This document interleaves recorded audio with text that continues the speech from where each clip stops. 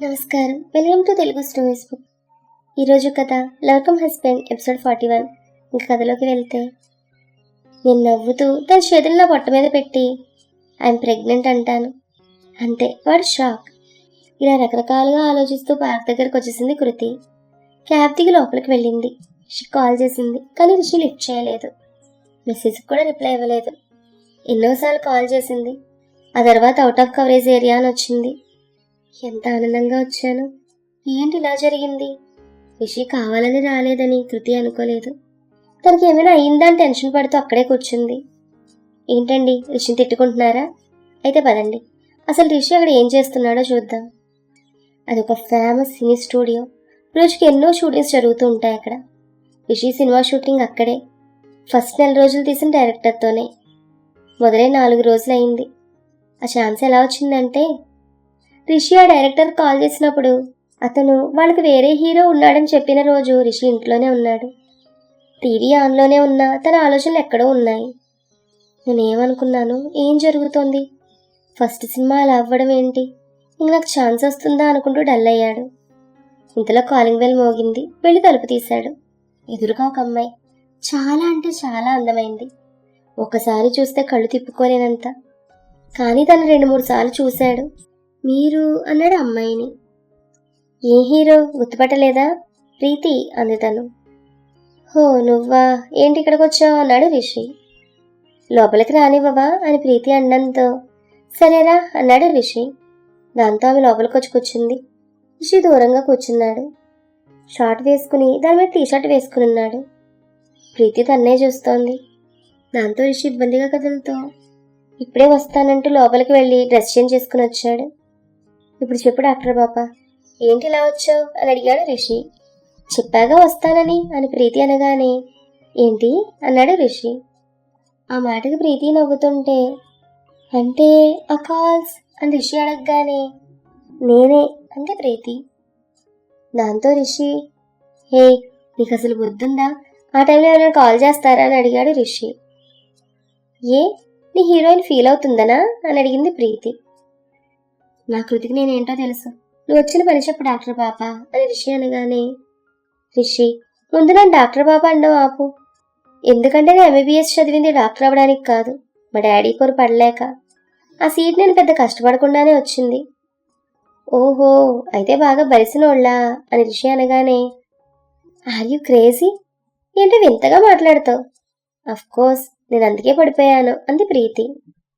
ఎక్కడా, బురదలోనా అని రిషి అనగానే అంటే నువ్వు ఆ కృతిలో పడ్డప్పుడు అలాగే ఫీల్ అయ్యావా అని నవ్వింది ప్రీతి. ఆ మాటకి రిషి కుడితే కోప గుయ్యమంటుంది. నీకు నా డార్లింగ్కి పోలిక. తన దేవత. ఇంకోసారి తన పేరు కూడా రానివ్వకు నీ నోట్లోంచి అనగానే అబ్బా, ఆమె దేవత ఏంటో, ఏకంగా అంతలా పూజిస్తావా నీ దేవతని? చూడు, అదంతా నీకు అనవసరం. నువ్వెందుకు వచ్చావో చెప్పు, లేకపోతే దొబ్బే అన్నాడు విసుక్కుంటూ రిషి. నీ దేవత నీకు ఏం వరం ఇచ్చిందో తెలియదు, కానీ నేను మాత్రం నీకు ఒక పెద్ద వరం ఇద్దామని వచ్చాను. ఇంకా క్లియర్గా చెప్పాలంటే నేనే నీ దేవతని అంది ప్రీతి. ఏంటో అంత పెద్ద వరం అని రిషి అనగానే నీ డ్రీమ్, నీ ఆశ, హీరో. అవును, నేను తీయబోయే సినిమాలో నీ హీరోగా ఛాన్స్ ఇవ్వాలని డిసైడ్ అయ్యాను అంది ప్రీతి. ఆ మాట విన్న రిషి పగలబడి నవ్వుతూ ఇదిగో, ఈ జోక్ చెప్పడానికి ఇంత దూరం వచ్చావు, అయినా నేనే దొరికానా నీకు అన్నాడు రిషి. సరే, నిరూపిస్తే నాకేమిస్తావు అని ప్రీతి అనగానే నేనే నీలాగా సౌండ్ పార్టీ కాదు ఇవ్వడానికి అన్నాడు రిషి. నీ హృదయంలో చోటివ్వు అని కళ్ళెగరేసింది ప్రీతి. అది నా కృతికి తప్ప ఎవ్వరికి ఇవ్వను అన్నాడు రిషి. పర్లేదు, ఇద్దరం షేర్ చేసుకుంటామంది ప్రీతి. కొట్టానంటే గోబు గులాబ్జామ్ అవుతుంది. నాకు తెలుసు నువ్వు నా కోసం వచ్చావని. అంత అర్థం కానంత అమాయకుండా అయితే కాదు. అసలే చిరాగ్గా ఉంది అంటూ పైకి లేచాడు రిషి. దాంతో ప్రీతి నవ్వుతూ ఎవరికో కాల్ చేసింది. అవతల లిఫ్ట్ చేయగానే స్పీకర్ ఆన్ చేసింది. మగజన్స్ వాయిస్. హలో మేడం, చెప్పండి అంటూ. ఫణిగారు, నేను చెప్పానుగా మన మూవీకి హీరోని ఆల్రెడీ సెలెక్ట్ చేశానని, తనతో మాట్లాడండి అంటూ రిషికి ఫోన్ ఇచ్చింది ప్రీతి. ఫణి అనే పేరు వినగానే రిషికి తన డైరెక్టర్ అని అర్థమైంది. కానీ ఇవతల రిషి అని అతనికి తెలియక సార్ నమస్తే, మేడం మీ గురించి చెప్పారు, యువర్ గుడ్ నేమ్ అనగానే రిషికి షాక్. నిజమే సార్, నేను రిషి అన్నాడు రిషి. రిషి, నువ్వా? ఓ మై గాడ్, నిజంగా? అవును సార్, నేనే. అంటే మీరు డైరెక్ట్ చేస్తున్న మూవీ ప్రీతి వాళ్ళు ప్రొడ్యూస్ చేస్తున్నారా? అవును రిషి, మేడం వాళ్ళదే. ముందు నువ్వురా, నీకు చాలా గుడ్ న్యూస్లు ఉన్నాయని. మేడం ఉంటానన్నాడు అతను. దాంతో ప్రీతి, ఓకే పని గారు, మీరు మా గెస్ట్ హౌస్కి రండి, డాడీ వస్తారు, నేను రిషి వచ్చేస్తామని కాల్ కట్ చేసి రిషితో షెల్వి అనగానే రిషి ప్రీతితో, ఐమ్ సారీ ప్రీతి, నేను తప్పుగా అనుకున్నాను. నాతో మూవీ, అది పని లాంటి టాలెంటెడ్ డైరెక్టర్తో, నీకు ఎలా థ్యాంక్స్ చెప్పాలో కూడా అర్థం కావడం లేదనగానే ముందు పద, డాడీ చాలా బిజీ, ఆయన కన్నా ముందు వెళ్ళాలి మనం అనగానే సరే 1 minute అని వెళ్ళి నీట్గా డ్రెస్అప్ అయి వచ్చాడు రిషి. ప్రీతి తన మనసులో సారీ కృతి, నీతో పాటు నేను కూడా అనుకుంది. రిషి తనతో పాటు కిందకు వెళ్ళగానే ప్రీతి తన కారులో వెళ్దామంది. రిషి కార్ కీస్ ఇచ్చింది. రిషి కార్ స్టార్ట్ చేయగానే తన పక్కన కూర్చుంది. రిషి డ్రైవింగ్ చేస్తుంటే తన్నే చూస్తోంది. తనకన్నా తెల్లగా ఉన్నాడు, ముట్టుకుంటే మాసిపోయేటట్లుగా. ప్రీతి సాంగ్స్ పెట్టింది. మనోహర నా హృదయం అనే ఓ మధువనిగాన పాట వస్తోంది. కానీ రిషికి ఇదేం పట్టడం లేదు. ప్రీతి మ్యాప్ ఓపెన్ చేసి ఇవ్వడంతో దాని ప్రకారం డ్రైవ్ చేస్తున్నాడు. ఇంకో అరగంటలో ప్రీతి వాళ్ళ గెస్ట్ హౌస్ ముందు ఆగింది కార్. వీళ్ళు వెళ్ళగానే పని, ప్రీతి వాళ్ళ ఫాదర్ వచ్చారు. ప్రీతి రిషిని వాళ్ళ నాన్నకు పరిచయం చేసింది. ఆయనకి రిషి నమస్కారం చేశాడు. ఆయన రిషిని తేరిపారా చూస్తూ ప్రీతితో, నువ్వు చెప్తే ఏమో అనుకున్నాను, హీరోలాగానే ఉన్నాడు అన్నాడు అతను. ఆ మాటకి రిషి గాల్లో తేలాడు.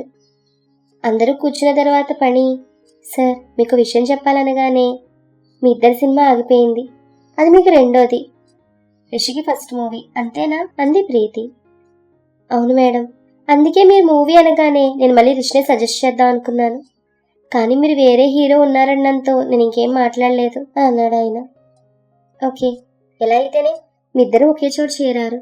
ఇప్పుడు చెప్తున్నాను మీ ఇద్దరికి, మీరిద్దరూ ఆ బ్యానర్లో 2 సినిమాలు చేయాలి అంటూ రిషి వైపు తిరిగి, అన్నట్లు నీకు చెప్పనే లేదు కదా, మా డాడీ డిస్ట్రిబ్యూటర్, కానీ ప్రొడక్షన్ అనేది ఫస్ట్ టైం, ఈ విషయం పనిగారికి తెలుసంది ప్రీతి. ప్రీతి వాళ్ళ ఫాదర్, చూడండి మా అమ్మాయి చెప్పిందని మాత్రమే కాదు, పని ఫస్ట్ సినిమా పెద్ద హిట్, రిషి మంచి డాన్సర్, ఇంకా యాక్షన్ కూడా బాగా చేస్తాడని తెలిసింది, అందుకే రిస్క్ తీసుకుంటున్నాను.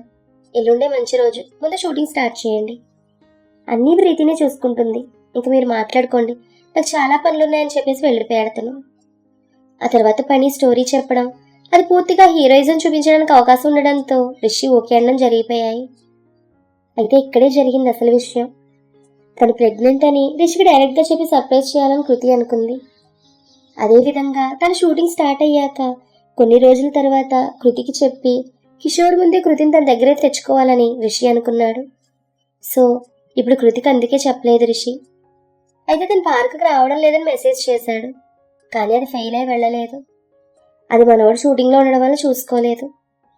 ఫోన్ చేసి రావడం లేదంటే కృతి ఊరుకోదని రిషి మెసేజ్ చేశాడు తనకి. కానీ ఇవన్నీ తెలియని మన చెఫ్ పాప పార్కులో టెన్షన్గా కూర్చుంది. 1 గంట సేపు కూర్చున్న తర్వాత కూడా ఫోన్ చేస్తే same answer, phone out of coverage area అని. ఆ రోజు ఇంతే, సేమ్ ప్లేస్, కానీ అప్పుడు తనతో మిత్ర అభి ఉన్నారు, ఎంతో ధైర్యాన్ని ఇచ్చారు. ఇప్పుడు తను ఒంటరనే ఫీలింగ్ కలిగింది, ఏడుపు వస్తోంది. ఛీ, నేను ఇలా పెరిగిదాన్ని అయితే రేపు నా బేబీకి అన్నీ ఎలా నేర్పిస్తాను? కాసేపు అక్కడే కూర్చుని ఇంకా రాడనుకుని ఇంటికి వెళ్ళింది. చెప్పేశావా, ఏమన్నాడు అని అడిగింది సుప్రజ.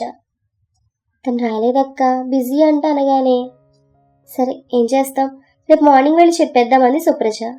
కృతి సరే అంది. రాత్రి 9 గంటలకు ఫోన్ చూశాడు రిషి. సిగ్నల్ లేదు, రీస్టార్ట్ చేశాడు. అక్కడున్న వాళ్ళందరికీ బాయ్ చెప్పి కార్ స్టార్ట్ చేశాడు. సిగ్నల్ రాగానే కృతి మిస్డ్ కాల్స్ 15 ఉన్నాయి. తర్వాత అలర్ట్స్ అయితే దాదాపు 50 ఉన్నాయి. ఓ మై గాడ్ అని కారు పక్కన ఆపి తను పంపిన మెసేజ్ చూస్తే ఫెయిల్డ్ అని ఉంది.